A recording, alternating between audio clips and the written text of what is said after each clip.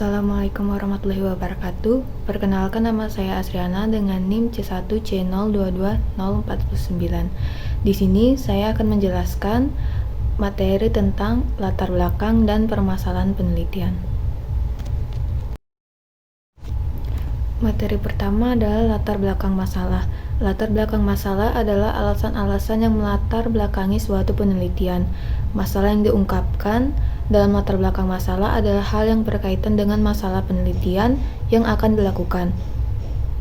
Latar belakang penelitian memiliki fungsi memberikan alasan mengapa penelitian tersebut dilakukan. Pada latar belakang dikemukakan sebagai suatu pembuktian dari penelitian yang dilakukan, bahwa latar belakang ini dapat menunjukkan adanya masalah yang diteliti. Berikut ini poin-poin penting yang harus diperhatikan ketika menulis latar belakang, antara lain: 1. Kondisi ideal tentang bagaimana seharusnya suatu kejadian berjalan, bisa ditulis dalam bentuk visi dan misi yang hendak dicapai. 2. Kondisi faktual tentang keadaan yang benar-benar terjadi saat ini, bisa berupa masalah sehingga menjadi dasar dibuatnya suatu penelitian atau kegiatan. 3. Membahas penelitian yang sudah dilakukan oleh peneliti baik dari negara lain tentang topik terkait. 4. Jika karya ilmiah punya kelemahan, dalam latar belakanglah harus menjelaskan kelemahan tersebut. 5. Tujuan penelitian, di mana membahas permasalahan karya ilmiah lebih detail dan dalam. 6. Metode penelitian dalam karya ilmiah. 7. Perumusan singkat mengenai pertanyaan penelitian. 8. Solusi berupa saran singkat atau penawaran solusi terhadap masalah sebelum lanjut ke pokok pembahasan. Selanjutnya adalah membuat latar belakang. Dalam menuliskan latar belakang, ada beberapa komponen yang harus dipenuhi oleh penulis. Dari komponen ini diharapkan akan meningkatkan minat pembaca. Selebihnya, dari latar belakanglah akan ditentukan apakah penulis mampu dalam menyajikan atau menyampaikan pikiran penulis melalui sebuah tulisan. Berikut adalah beberapa komponen dari latar belakang, yaitu: menuliskan bidang atau permasalahan yang diminati dengan jelas, menetapkan konteks dengan memberikan tulisan singkat dari bahan literatur terdahulu yang penulis pilih, namun harus dipastikan untuk memilih literatur yang sesuai dengan permasalahan yang akan dibahas. 3. Tuliskan hipotesis dari masalah yang akan dibahas dalam latar belakang. 4. Alasan dalam memilih permasalahan Anda tahu topik penelitian. Untuk menulis latar belakang yang efektif, penulis harus menghindari beberapa kesalahan umum. Beberapa kesalahan umum dalam menulis latar belakang yaitu: pertama, menuliskan latar belakang haruslah sistematis, jangan menulisnya secara acak. 2. Jangan menulis secara ambigu. 3. Pusatkan tema yang akan dibahas. Berikut adalah beberapa tips membuat latar belakang. Yang pertama, observasi. Coba lihat sekeliling atau coba telusuri media sosial. Dari situ penulis bisa menemukan sebuah masalah yang mungkin menarik. 2. Identifikasi. Setelah menemukan masalah tersebut, coba cari tahu lebih dalam apakah masalah tersebut memiliki dampak yang besar atau kecil, dan sebagainya. 3. Analisis. Selanjutnya, cari tahu bagaimana permasalahan tersebut, apakah kamu menemukan solusinya atau tidak. 4. Kesimpulan.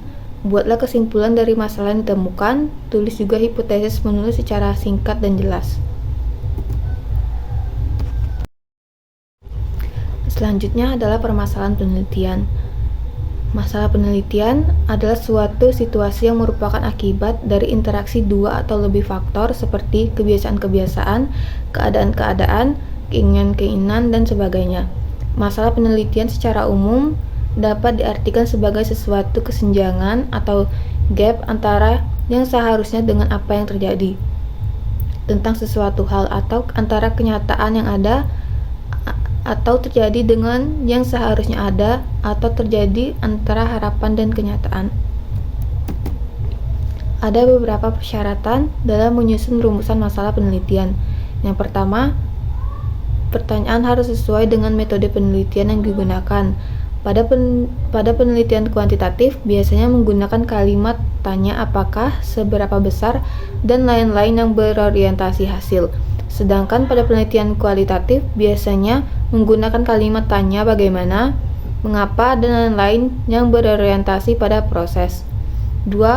Pertanyaan harus layak dan dapat diteliti sebagai upaya untuk mencari jawaban atau solusi.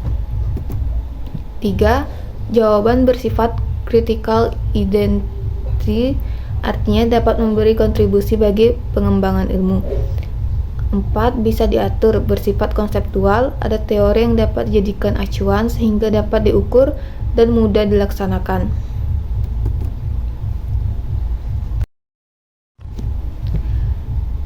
Selanjutnya adalah membuat permasalahan penelitian.